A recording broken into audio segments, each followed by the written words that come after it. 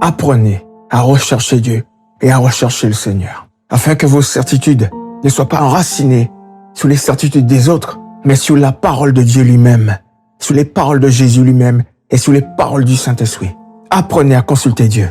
Apprenez à examiner toutes choses, à ne pas vivre ni dépendre des avis des uns ou des autres, même de vos responsables religieux.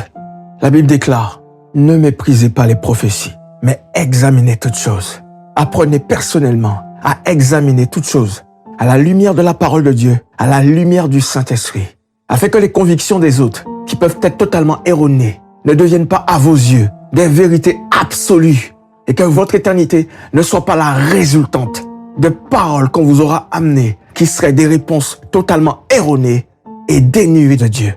Les temps, les saisons, les époques ont changé. Ce qui n'était pas utile dans le passé, Jésus les met en place aujourd'hui afin que son peuple soit averti, se prépare et prenne encore plus au sérieux son salut et sa venue qui est proche. Alors aujourd'hui, Jésus permet des expériences puissantes, terribles, afin que les enfants de Dieu puissent enfin se réveiller de leur sommeil. Ne méprisons pas les révélations, ne méprisons pas les prophéties, ne méprisons pas les avertissements, ne méprisons pas les témoignages. Considérez les choses et ne les balayez pas d'un revers de la main, parce que ceux qui nous ont précédés et qui l'ont fait sont aujourd'hui dans d'atroces souffrances dans le séjour des morts, en attendant d'être jetés pour l'éternité dans la géhenne de feu.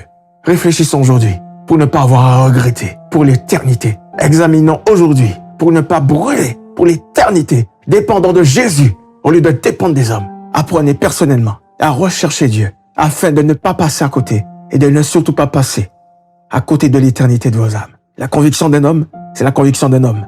Mais la parole de Dieu, c'est celle qui fait autorité.